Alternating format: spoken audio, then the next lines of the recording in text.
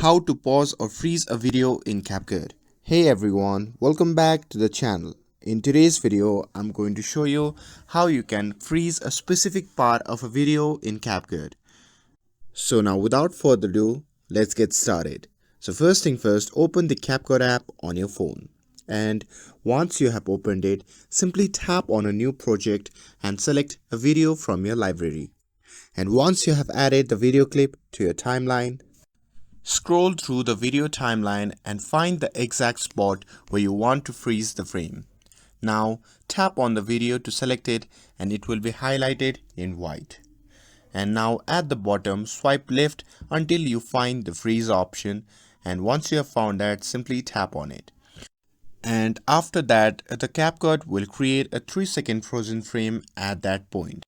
And if you only want a 1-second freeze, just swipe to adjust it accordingly. And after that, you can play the video to see how it works. And if needed, you can delete the freeze effect or adjust it further. And that's it.